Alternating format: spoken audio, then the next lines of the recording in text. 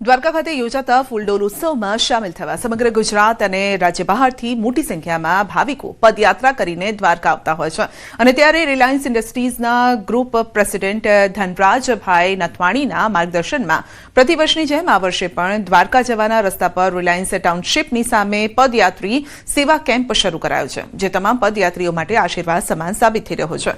રોજના 5000થી પણ વધુ લોકો આ સેવા કેમ્પનો લાભ લઈ રહ્યા છે। પદયાત્રીઓ માટે ચા, નાસ્તો, જમવા તથા રાત્રિ રોકાણની પણ રિલાયન્સ દ્વારા સુવિધા આપવામાં આવી છે। સાથે જ મેડિકલની સુવિધા, ભોજન, આરામ સહિતની સુવિધાનો લોકો લાભ લઈ રહ્યા છે। સેવામાં લાગેલા લોકો પણ દિલથી પદયાત્રીઓની સેવા કરી રહ્યા છે અને આ કેમ્પમાં રિલાયન્સ ઇન્ડસ્ટ્રીઝના કર્મચારીઓ ઉપરાંત આસપાસના ગામોના યુવાનો, વડીલો, બહેનો 24 કલાક પોતાના સમયદાનની સેવા આપી રહ્યા છે। આ શ્રેષ્ઠ વ્યવસ્થાથી શ્રદ્ધાળુઓ પણ ખુશ છે। મોટી કાવડી પાસે વર્લ્ડની largest refinery Reliance Industries Limited દ્વારા ઘણા વર્ષોથી અહીંયા કેમ્પની સગવડતા સેવા પૂરી પાડવામાં આવે છે। અહીંયા મેડિકલ, સૂવા બેસવાની સગવડતા અથવા ભોજન અને નાસ્તા, ચા પાણીની અને મેડિકલ તમામ સુવિધા અહીંયા સારી વ્યવસ્થામાં રિલાયન્સ કંપની દ્વારા કરવામાં આવે છે। ઘણા વર્ષોથી આ રિલાયન્સ ઇન્ડસ્ટ્રીઝ દ્વારા ખૂબ જ સરસ એક કેમ્પનું આયોજન થાય છે, જેનો લાભ લેવા અનેક યાત્રીઓ અહીંયા આરામ કરે છે। આપણે જોઈએ છીએ કે આ કેમ્પમાં સૌથી મહત્ત્વની વાત તો એ છે કે એ લોકો સ્વચ્છતા ઉપર ખાસ ધ્યાન દે છે। સ્વચ્છતા રાખવી એ સૌથી મહત્ત્વ બાબતની છે અને સાથે સાથે ખાવાની શુદ્ધતા ઉપર ખૂબ જ ધ્યાન દેવામાં આવે છે। ટંકારાથી આવ્યા 3 દીમાં પહોંચ્યા, સુવિધા બહુ સારી છે। પગ ફેલ થઈ ગયા એ બધાને ફાટા પીંડી દવા બધા બહુ જ કરે છે। લીલાસમાં કેમ્પ એવો છે, खावा पीवानी बहुत सुविधा है। यहाँ कैंप में बहुत अच्छी सुविधा है, खाने पीने का सुविधा बहुत अच्छा है। कैंप भी बहुत अच्छा है, यहाँ दवाई भी अच्छी देते हैं। होળી ધૂળેટીના તહેવારને લઈને સમગ્ર ગુજરાત અને આસપાસના રાજ્યોમાંથી અનેક પદયાત્રીઓ છે તે પદયાત્રા કરી ભગવાન કૃષ્ણ સાથે ધૂળેટી રમવા, હોળી રમવા પહોંચે છે। આ પૂર્વે જામનગરથી દ્વારકા તરફ જતા રસ્તામાં ઠેર ઠેર સેવા કેમ્પ લાગ્યા છે, ત્યારે રિલાયન્સ ઇન્ડસ્ટ્રીઝ પાસે હાલ જે કેમ્પ છે તે સેવા કેમ્પ લગાવવામાં આવ્યો છે। જે પ્રકારે આપ દ્રશ્ય જોઈ રહ્યા છો, ભલાઈની વ્યવસ્થા કરવામાં આવી છે। જે પદયાત્રીઓ આવે છે તેમને રહેવા, જમવા અને નાસ્તા ઉપરાંત તમામ જે ઘર જેવી વ્યવસ્થાઓ છે તે પૂરી પાડવામાં આવે છે। સેવા કરે છે, રિલાયન્સનો કેમ્પ જેમાં મોટો કેમ્પ ક્યાંય નથી, ટોટલી ફેસિલિટી અવેલેબલ છે। સેફ્ટી લ્યો, સિક્યુરિટી લ્યો, મેટ્રેસ લ્યો, ફૂડ લ્યો, ટોટલી અવેલેબલ છે। મેડિકલ પદયાત્રીઓ છે જે રાતવાસો કરી અને ભગવાન કૃષ્ણના નામ સાથે તેઓ દ્વારકા તરફ રવાના થઈ રહ્યા છે।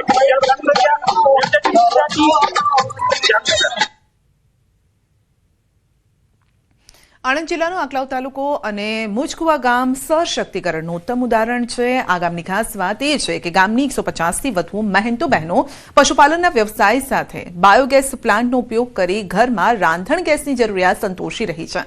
બાયોગેસ પ્લાન્ટ નાખવામાં તેમને એનડીડીબી ખૂબ મદદ કરી રહી છે। પશુના ગોબરને બાયોગેસ પ્લાન્ટમાં પરિવર્તિત કરી ઘર વપરાશના ગેસની સુવિધા ઊભી કરી છે।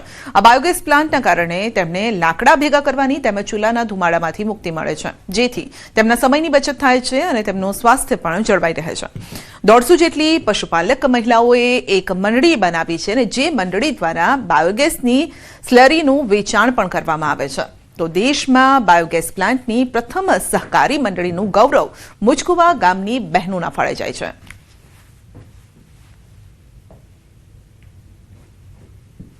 અમારા ગામમાં લગભગ બાયોગેસ 150 બનાવ્યા છે બહેનોના નામે અને બહેનો બધું કામ કરે છે અને એક બાયોગેસમાંથી જે સરી નીકળે છે એ ખેતરમાં યુઝ કરીએ છીએ અને બાકીની બીજી બધી અહીં અમે જે વાસણા પ્લાન્ટ નાખ્યો છે એનડીબી દ્વારા એમાં એની પ્રોસેસ થાય અને એમાંથી ઓર્ગેનિક ફર્ટિલાઇઝર ખાતર બનાવે છે।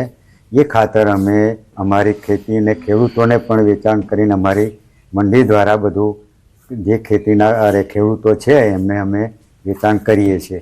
અમે પશુપાલન કરીએ છીએ, એમાં અત્યારે અમારી પાસે 20 પશુ છે અને એનડીડીબીના સહાયથી અમે 2018માં અમારા ઘરે બાયોગેસ પ્લાન્ટ લગાવ્યો અને અમારા ગામમાં પણ અત્યારે 150 બાયોગેસ પ્લાન્ટ છે। ત્યારથી બધી બહેનો આ ગોબર ગેસ પ્લાન્ટ પર જ જમવાનું બનાવે છે. અને પહેલા અમે જે છાણા બનાવતા હતા, લાકડા લેવા બહાર જવું પડતું હતું, સિલિન્ડરની જરૂર પડતી હતી, એ બધું હવે બંધ થઈ ગયું છે. જે પહેલા હવે લાકડાની બચત થાય એટલે જે છે પહેલા ચૂલાની ધુમાડી થતી હતી એ બધી હવે બંધ થઈ ગઈ છે. એની અંદર અમે એનડીડીબીના સહયોગથી બાયોગેસ પ્લાન્ટ લગાવેલા છે.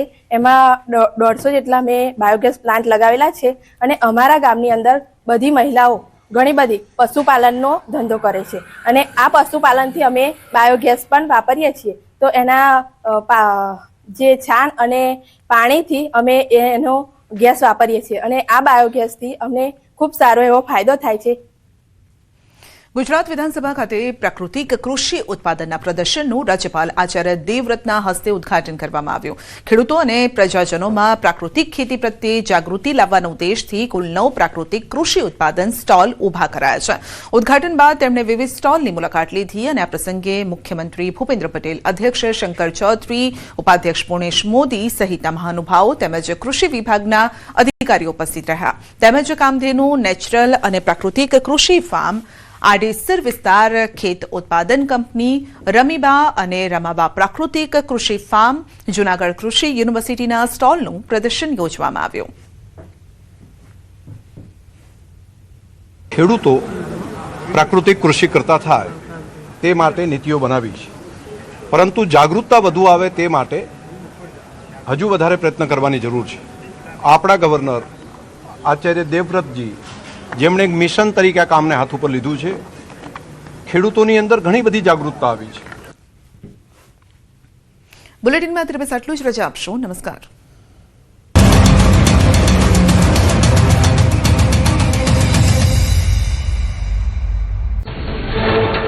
બરોડા ડેરીના રાજકારણને લઈને વિવાદ. ડેસર તાલુકામાં ભાજપ સામે ભાજપ જેવો ઘાટ. ભાજપના ઉમેદવાર કુલદીપસિંહ સામે ભાજપના 6 લોકોએ ઉમેદવારી કરી. ધારાસભ્ય કેતન ઇનામદારે પોતાના સમર્થકોને આગળ ધર્યા હોવાની ચર્ચા.